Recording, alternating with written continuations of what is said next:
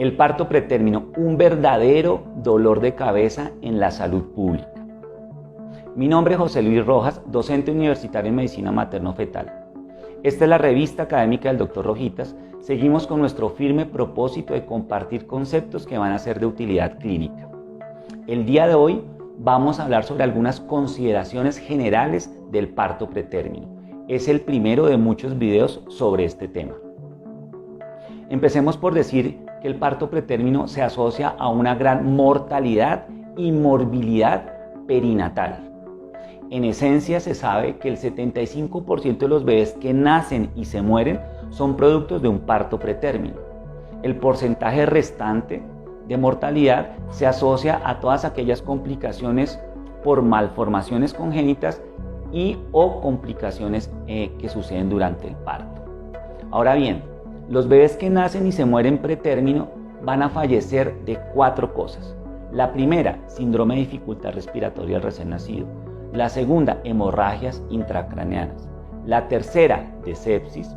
Y la cuarta, de enterocolitis necrotizante. Los bebés pretérmino que sobreviven pueden tener complicaciones a largo plazo, derivadas fundamentalmente de la parálisis cerebral, la retinopatía del recién nacido y de la broncohisplasia pulmonar. Hoy en día existe un número. De todos los bebés pretérminos que nacen alrededor de la semana 28, el 50% desafortunadamente van a fallecer. El 50% restante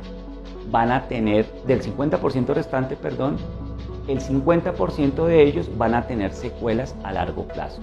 Es decir, que cuando estamos en el escenario de un parto alrededor de la semana 28, estamos apuntándole o vamos a tener solamente un 25% de resultados satisfactorios a largo plazo.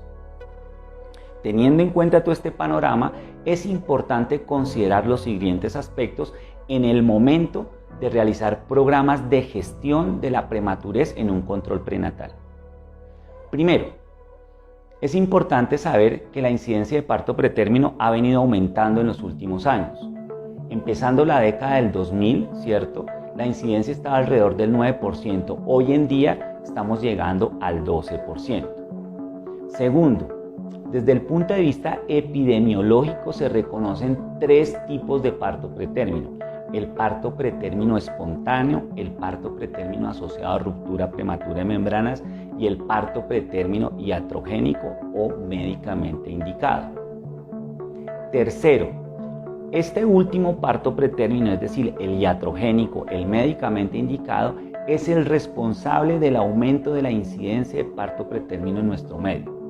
Desafortunadamente, los manejos expectantes no son muy considerados en nuestro medio, en donde la preeclampsia y la RCIU juegan un papel muy importante en este tipo de partos.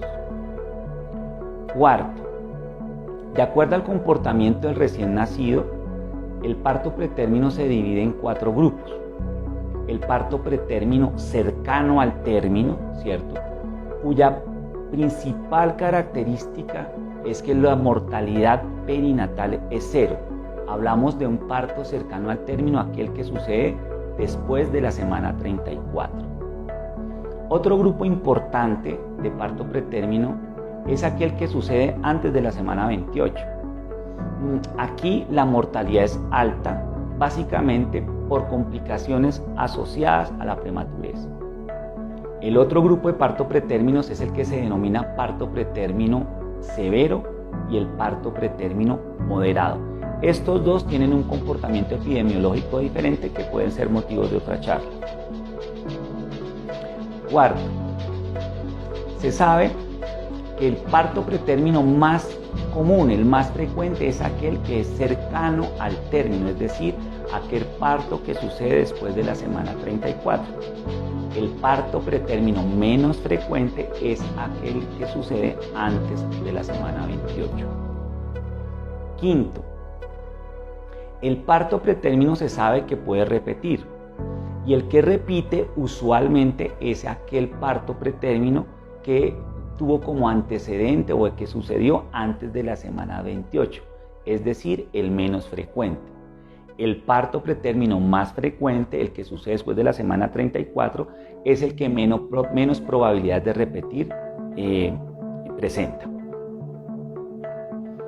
Quinto, la mayoría o por lo menos un porcentaje significativo de partos pretérminos suceden en poblaciones sin antecedentes, es decir, en poblaciones en donde no había ningún factor de riesgo identificable. Y esto es muy importante tenerlo en cuenta en el momento de hacer programas para gestionar los riesgos de parto pretérmino durante el control prenatal. Resumiendo, el día de hoy se sabe que la incidencia de parto pretérmino viene en aumento primordialmente a expensas del parto pretérmino iatrogénico, donde la preeclampsia y la RCIU juegan un papel preponderante.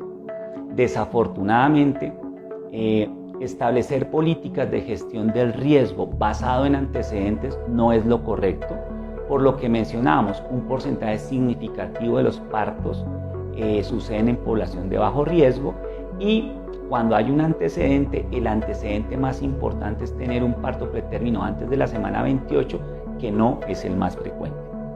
En futuros videos vamos a hablar sobre cómo se realiza la gestión del riesgo en pacientes con antecedentes de parto pretérmino. Gracias.